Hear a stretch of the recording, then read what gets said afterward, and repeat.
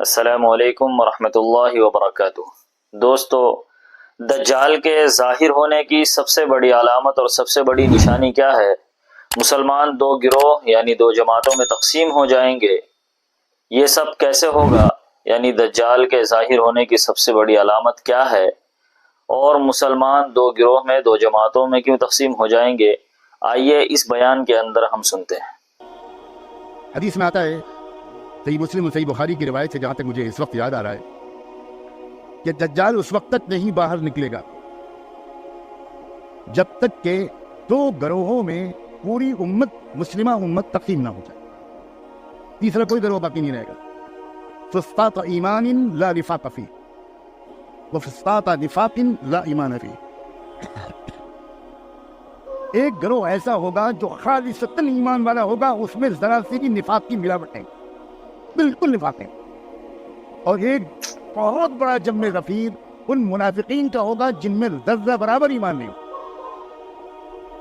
کان کھول کے سنیں، آپ سے بھی کہتا ہوں، اپنے نفس سے بھی کہتا ہوں، یہاں کافروں کے گروہ کا تذکرہ نہیں ہے، مسلمانوں کے دو گروہ ہوں گے۔ اپنے کو مسلمان سمجھنے والوں کے دو گروہ ہوں گے، مسلمان کہنے والوں۔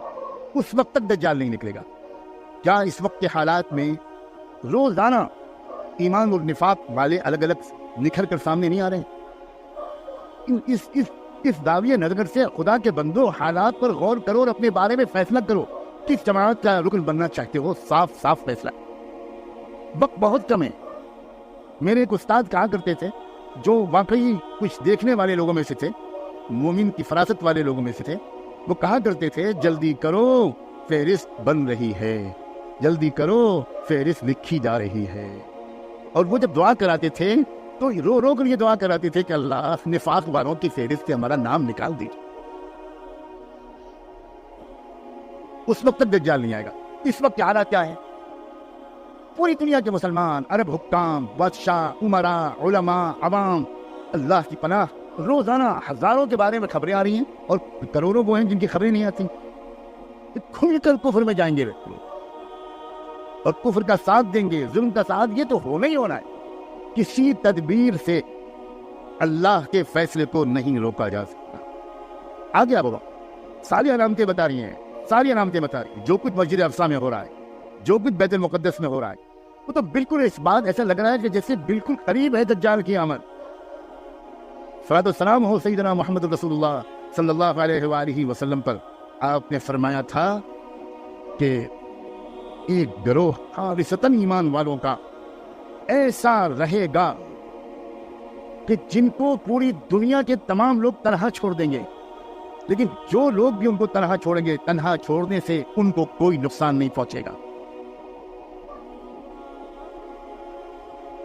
نقصان انہیں کو پہنچے گا جو ان کو تنہا چھوڑ دیں گے۔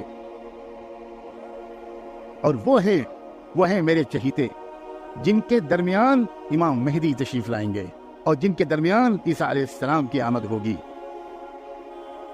کیا آج دنیا ان جیالوں، ان بہادروں کو اپنی آنکھوں سے نہیں دیکھ رہی؟ کیا نہیں دیکھ رہی؟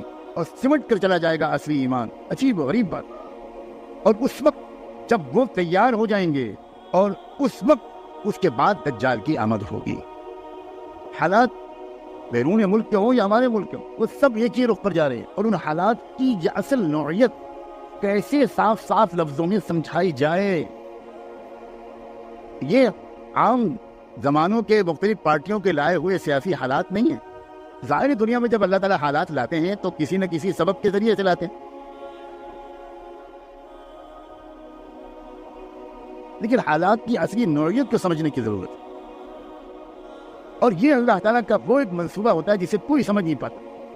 انہی حالات کے ذریعے اللہ تعالیٰ وہ پکی ایمان والی، سچی ایمان والی جماعت تیار کرتے ہیں جن کے اوپر اللہ کی مدد آئے گی جب اس کا آنا طے ہوگا۔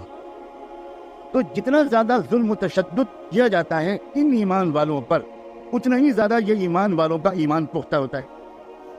اور گویا وہ ظلم و تشدد کرنے والے ان کو مزید اصلاحات بناتے چلے جاتے ہیں کہ ان پر اللہ کی مدد آ جائے۔ وہ یہ سمجھتے ہیں کہ ان کو کچل کر، دبا کر، گرفتار کر کے، قید کر کے، شہید کر کے، بجلی کی کرنٹ دے کر، ان کو طرح طرح کی تکلیفیں دے کر، ان کو تو ہم ختم کر رہے ہیں، نیست نابود کر رہے ہیں۔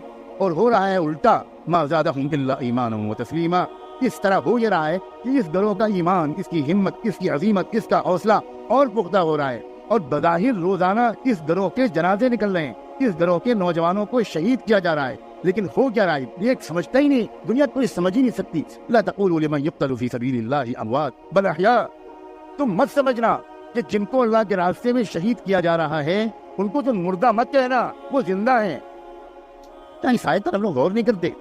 اللہ تعالیٰ ان لوگوں کو اس جسمانی قید سے چھٹکارا دلا کر ایک خاص روحانی زندگی عطا کر دیتے ہیں، اس میں ان کی طاقت اس دنیاوی زندگی سے ہزاروں گنا بڑھ جاتی ہے، اور وہ حصہ لیتے ہیں۔ دیکھا اس دوستو، سے زیادہ میں اور حضرت کیا والا کہوں؟ نے کتنے بہترین انداز میں ساری چیزوں کی وضاحت فرمائی۔